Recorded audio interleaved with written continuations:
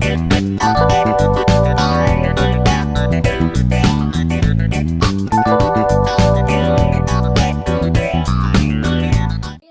semuanya, selamat datang di podcast Talk with Fai bersama aku Syifa Nadila Aulia, mahasiswa Universitas Negeri Semarang, jurusan Bimbingan dan Konseling. Di sini aku nggak sendirian nih guys, ada bintang tamu yang sangat spesial. Ada bersama Kak Widi. Halo teman-teman, perkenalkan nama aku Widi. Aku dari Prodi Psikologi angkatan 2022 dari Universitas Negeri Semarang. Oke, jadi di sini kita akan membahas tentang topik yang lagi hit banget nih. Ada self love dan penerimaan diri. Oke, gak usah lama-lama, kita langsung aja ke pertanyaannya. Menurut Kak Bedi sendiri, self love itu apa sih? Kalau menurutku ya, self love itu ini. Kalau misal kita udah ada di titik bisa menerima kelebihan kita, kekurangan kita, masa lalu kita, hal-hal baik yang buruk maupun hal-hal yang baik di diri kita sendiri. Kayak misalnya nih, dulu aku mungkin males. Ya sekarang masih males sih. Tapi ya udah nggak apa-apa. Aku tahu aku males, tapi aku bisa menyiasatinya, bisa menerima walaupun aku males, tapi aku bisa kok dibenerin gitu. Oke. Menurut kakak sendiri, tantangan terbesar apa buat orang yang lagi dalam penerimaan diri sendiri tadi, yang kan kamu tadi bilang kalau kamu bisa menerima diri kamu sendiri lah, tantangannya tuh apa sih gitu? Tantangannya ya mungkin ini, kadang merasa nggak pantas, nggak deserve buat ini buat itu kan. Kadang mungkin merasa insecure ya. Kalau misal, apalagi kalau dulu waktu aku baru masuk kuliah ya, lihat teman-temanku kayak, oh orang-orang gini banget ya, maksudnya gininya bukan hal negatif ya, tapi positif, kayak public speakingnya teman-temanku tuh dulu kayak baru masuk kayak wah gila oke banget gitu lah. Terus aku kayak, oh kok aku cuman gini ya. Terus mulai dari situ aku mulai coba improve, mulai dari join organisasi, join kepanitiaan, latihan sendiri, terus mungkin bisa membisikkan ke diri sendiri gitu loh, kalau misal kita sebenarnya bisa kok, aku sebenarnya bisa kok, kalau orang-orang bisa aku pasti juga bisa gitu kan. Itu tantangannya mungkin itu ya tadi, nggak merasa nggak deserve. Terus mungkin lebih ke mental block, karena kayak mental block itu kan harus dilawan banget kan. Kalau nggak dilawan ya gimana, kita bakal nge-stuck di situ terus. Oke, menurut kakak sendiri tuh kegunaan atau manfaat lah dari join organisasi untuk dalam kesehatan mental kita ya, itu apa sih? Banyak. Kegunaan organisasi itu sebenarnya tergantung kamu organisasinya itu isinya orang-orang yang seperti apa dulu, karena budaya organisasi tuh bener-bener mempengaruhi gitu loh di dinamika organisasi tersebut. Misal contohnya kalau di aku ya, di DPM kan ada anak BK, ada anak psikologi, dan walaupun ada anak-anak non yang deket-deket mental health, tapi anak sekarang kan udah aware banget tentang mental health kan. Nah kalau aku ini sih, karena ada anak BK, ada yang bener-bener dia tuh positive vibes, masya Allah. Positive vibes gitu. Dari periode sebelumnya juga ada yang aku jadiin patokan, aku jadiin panutan gitu kan. Jadi kalau misal aku merasa kayak, aku ada teman discuss, kalau misal ada hal-hal yang ganjel di aku, misalnya mbak kok kayak gini ya, kok kayak gitu ya, nanti dia bisa ngebimbing gitu. Jadi organisasi sebenarnya nggak berpengaruh, tapi yang berpengaruh ada orang-orang yang ada di dalam organisasinya. Kalau misal kita join organisasi yang mungkin berkecimpung di dunia mental health, tapi orang-orangnya nggak menjiwai hal tersebut, sama aja. Kalau misal organisasi itu jauh dari yang membahas mental health, tapi orang-orangnya sadar hal itu penting, ya tetap aja berdampak baik buat kita gitu. Oke, kalau ini dari media sosial ya, dari media sosial itu menurut kamu tuh kalau ngarah ke self love itu positif apa negatif buat kesehatan mental kita gitu? Agak dijawab soalnya dulu aku pernah ditanyain kayak gini sama temanku. Kalau menurutku ya, buat self love mental bukan maaf, media sosial. Media sosial gimana ya jelasinnya, sebenarnya mau dari media sosial, kalau menurut ya media sosial mau dari lingkungan sekitar, yang penting adalah respon kita ke hal tersebut, cara kita menanggapi hal-hal yang ada di sekitar kita.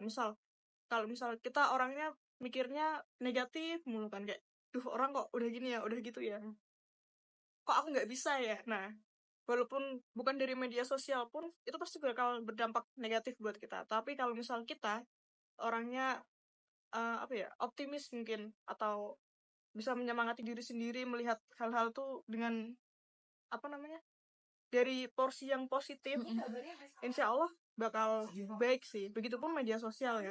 Kalau misal Instagram, orang kan share live update guys gitu kan. Kayak sekarang udah misal di semester atas udah selesai sempro, udah ada yang wah ini orang kok udah skripsi, udah jadi pembicara.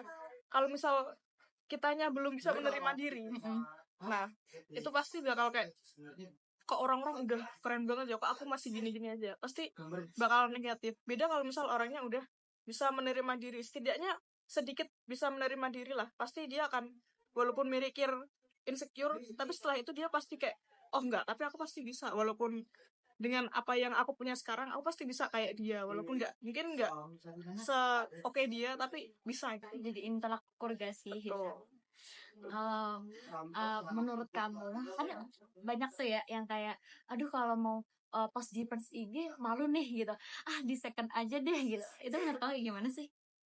Kalau aku juga baru punya second akun beberapa bulan yang lalu, karena sebenarnya kayak ya udah apa di post di first akun aja. Orang-orang yang nggak pede buat upload di first akun tuh menurutku gimana ya, mungkin dia ada hal-hal yang mengganjal buat dia di first akun, mungkin nggak nyaman di first akun, terus nyamannya lebih ke second akun gitu kan. Tapi yo nggak apa-apa sih sebenarnya kalau dari aku ya. Kan tadi pertanyaan apa, gimana kan, ya nggak apa-apa aja sih, yang penting jangan mutualan pakai first akun tapi aktifnya di second akun. Sering terjadi. Iya sih, bener-bener. Oke, selanjutnya untuk mengenali tanda-tanda seseorang itu kesulitan mencintai diri sendiri itu apa sih menurut kamu? Insecure. Insecure kayak insecure dan overthinking. Karena kalau misal dia beneran udah bisa menerima diri tuh dia nggak akan mikirin aduh gimana ya tanggapan orang, gimana ya kalau misal aku gini salah nggak ya tuh normal sih. Kalau misal kita salah pun ya udah nggak apa-apa, namanya juga kita di sini semua orang juga belajar. Yang dosen pun kalau misal kita buat tolak ukur, dosen pun sekarang juga belajar dari kita, walaupun mungkin belajarnya bukan belajar materi tapi belajar pengalaman mengajar atau dan lain sebagainya gitu kan. Jadi ya apa di pertanyaan? Maaf ya. Tanda-tanda. Tanda-tanda ya insecure tadi sama overthinking ya. Itu kalau dari aku sih itu insecure, karena pasti orang yang insecure tuh seringnya overthinking. Jadi hal yang beriringan terjadi gitu. Kadang iri juga nggak sih Kak? Iya. Insecure, aku iri sama ini, jadi kayak seakan-akan dia kayak ngejelekin si ini gede banget ya, padahal tuh sebenarnya dia yang nggak pede sama orang ininya nggak sih? Bisa jadi ya.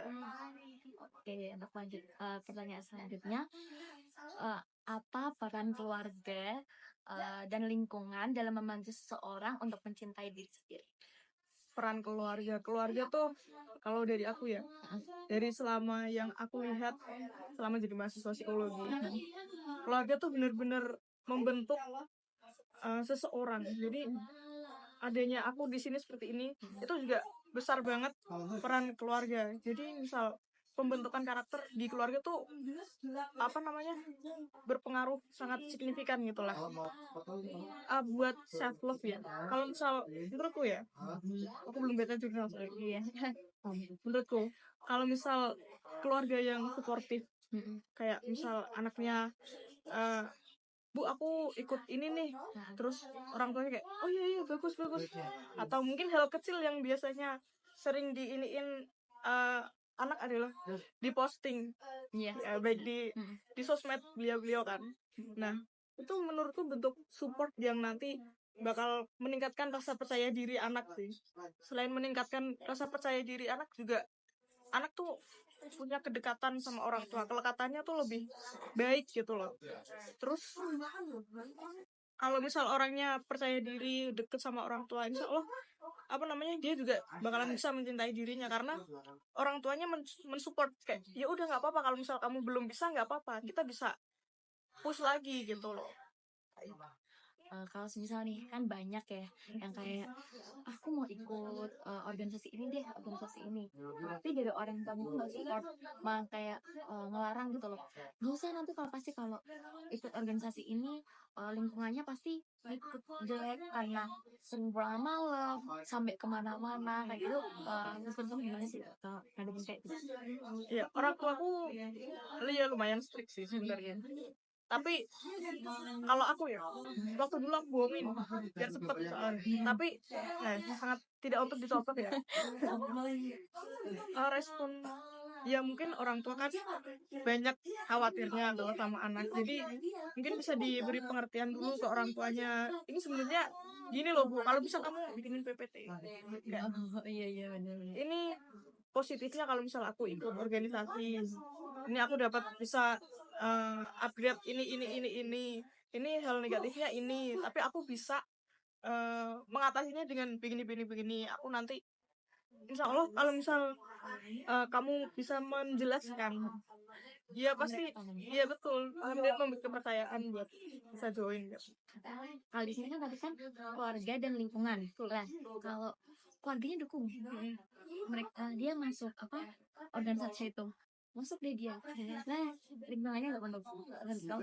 Lingkungannya mana? Lingkungan Dari organisasi tadi. lingkungan di organisasi nggak mendukung, Tapi orang tua tuh kayak, ayo kamu ikut organisasi, tapi kalau di dalam organisasi itu tuh kayak lingkungan itu nggak bagus gitu loh, kayak jadi ke negatif lah. Kalau lingkungan organisasi negatif tuh biasanya tetap akan ada 1-2 orang yang sejalan sama kamu, sejalan sama kita.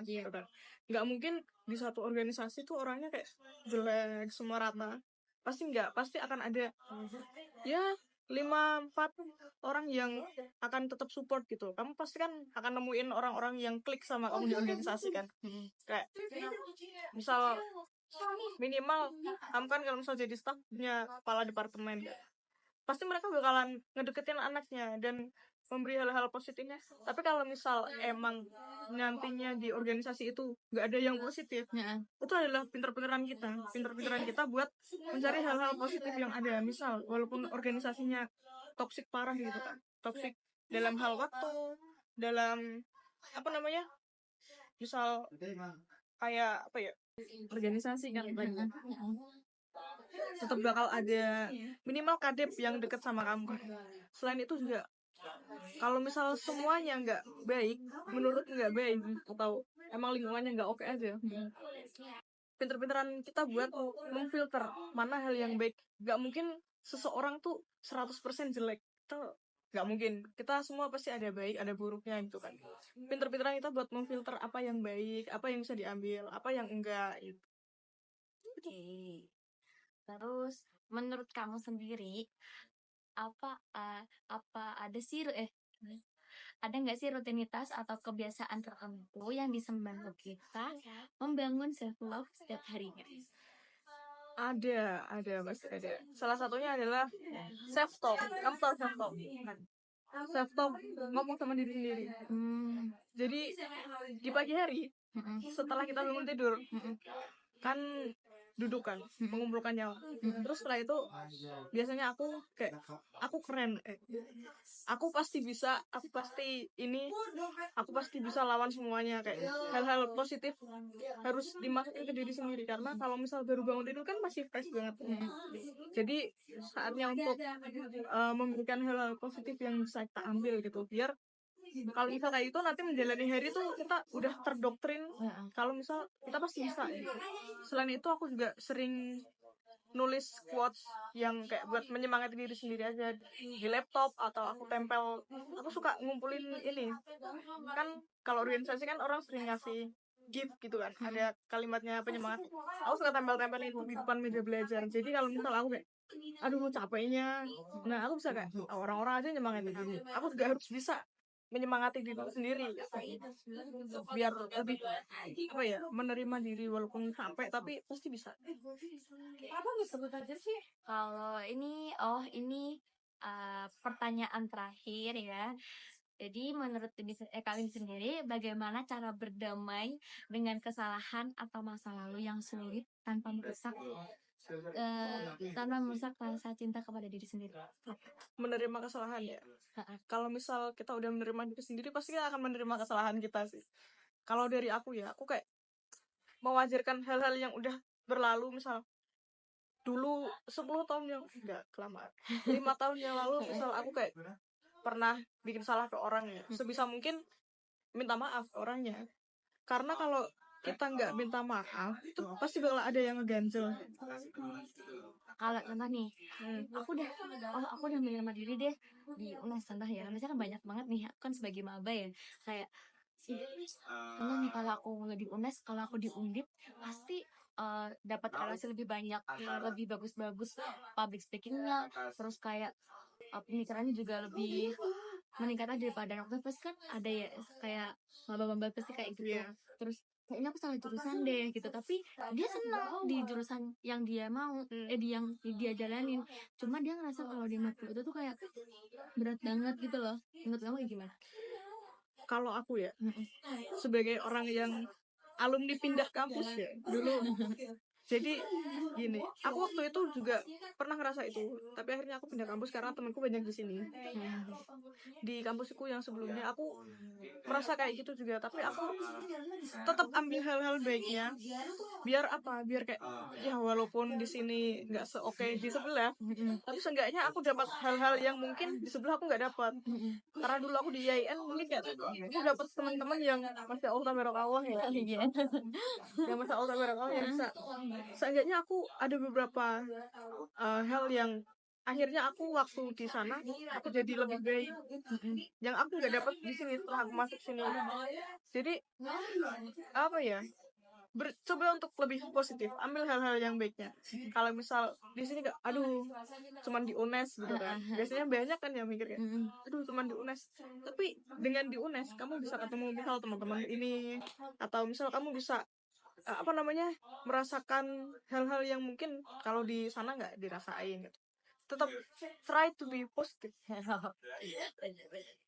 Oke, karena kita udah di penghujung pembicaraan kali ini, terima kasih banyak untuk Kak Widi yang sudah berbagi tips dan insight yang luar biasa. Semoga obrolan kita kali ini bisa menginspirasi buat anak-anak muda di sana untuk lebih mencintai diri sendiri dan menerima apa adanya. Kurang lebihnya mohon maaf. Sampai bertemu di episode selanjutnya. Bye-bye.